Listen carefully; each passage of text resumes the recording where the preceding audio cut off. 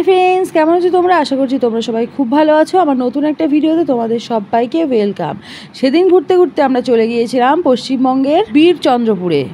আর এই বীরচন্দ্রপুর একটি খুব গুরুত্বপূর্ণ স্থান, কারণ এটি শ্রী নিত্যানন্দ প্রভুর জন্মস্থান, যিনি চৈতন্য মহাপ্রভুর প্রধান সহযোগী ছিলেন। আমি যে মন্দিরটার সামনে দাঁড়িয়ে আছি সেই মন্দিরটা শ্রী নিত্যানন্দ মহাপ্রভুর স্মরণে। তবে এই মন্দিরটা এখন ISKCON, international society for Krishna consciousness দ্বারা নির্মিত একটি মন্দির।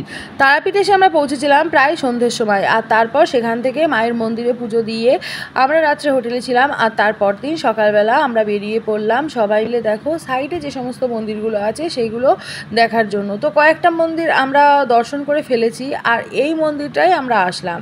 আর এই মন্দিরটা কিন্তু খুবই নীরবতা আর খুবই শান্ত একটা পরিবেশ। এছাড়াও মন্দিরের কারুকার্যগুলো কিন্তু দেখার মতো। দেখো কত সুন্দরভাবে ফ্লোরে একটা ডিজাইন করা রয়েছে।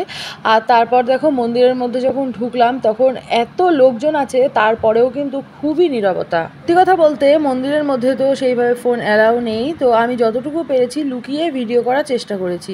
আর দেখো মন্দিরে ঢোকার আগে মানে বাইরে যে সিঁড়িটা রয়েছে সেই সিঁড়িটার এখানে কিন্তু এই স্ট্যাচুগুলো রয়েছে, এগুলো কিন্তু দেখতে খুবই সুন্দর। মোট কথা মন্দিরের মধ্যে বা মন্দিরে ঢোকাকালীন যা কিছু আছে সব কিছুই কিন্তু প্রভুর লীলা বা নাম কীর্তন, নাম সংকীর্তন যে প্রচার হয়েছিল কিভাবে, সেই সবগুলো কিন্তু বোঝানোর চেষ্টা হয়েছে। আর এই হলো মন্দিরের বাইরে থেকে ঠিক কতটা সুন্দর লাগছে পুরো মন্দিরটা দেখতে, সেটা একটু দেখানোর চেষ্টা করলাম। নিত্যানন্দ জন্মস্থান আমরা দর্শন করার পর চলে আসলাম আর একটা মন্দিরে। আমরা যে কটা মন্দির দর্শন করেছিলাম এখন কিন্তু তার একদম শেষ পর্বে। এই মন্দিরটা শ্রী শ্রী নিত্যানন্দ প্রভুর পিতা হারাই পণ্ডিতের পাতাল শিব দর্শন। এই মন্দিরটার মধ্যে আমরা পরে ঢুকছি, আগে চলে যাচ্ছি আমরা সোজাভাবে আর একটা মন্দিরে। দেখো মন্দিরে ঢোকার আগে কত সুন্দরভাবে এখানে দোকান পাশারিগুলো বসেছে। এটা হলো প্রভু বাঁকারায়ের শ্রী মন্দির। বীরভূম জেলার মধ্যে এত সুন্দর সুন্দর মন্দির রয়েছে যেটা কিন্তু একদিনে দেখে শেষ করা মোটেও সম্ভব না। আর দেখো প্রত্যেকটা মন্দিরের মধ্যেই কিন্তু এইভাবে বড় বড় করে লেখা আছে মন্দিরের মধ্যে বা পেছনে ফোন একেবারেই ব্যবহার করা যাবে না। তার জন্য আমি ভেতরে ঢোকার আগে যতটুকু সম্ভব ততটুকু একটু ভিডিও করার চেষ্টা করলাম।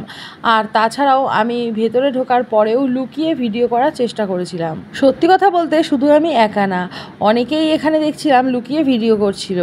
এই যে বড় একটা মন্দির, তার মধ্যে কিন্তু অনেক ছোট ছোট এমন ঘর আছে যেই ঘরগুলোর মধ্যে ছোট্ট ছোট্ট নানা বিগ্রহ রয়েছে। হয়তো সবগুলোর নাম জানিও না বা কখনো আগে দেখাও হয়নি, তবে মন্দিরের ডিজাইন বা কারুকার্য প্রত্যেকটা কিন্তু খুবই সুন্দর। আর এটা হলো আর একটা কুঠিরের মধ্যে আর একটা ভগবানের বিগ্রহ রয়েছে। আর দেখো এখানে বারবার করে লিখে দিয়েছে যে কেউ যেন ভিডিও বা ছবি না তোলে, কিন্তু আমরা আর কার কথা কে শুনি?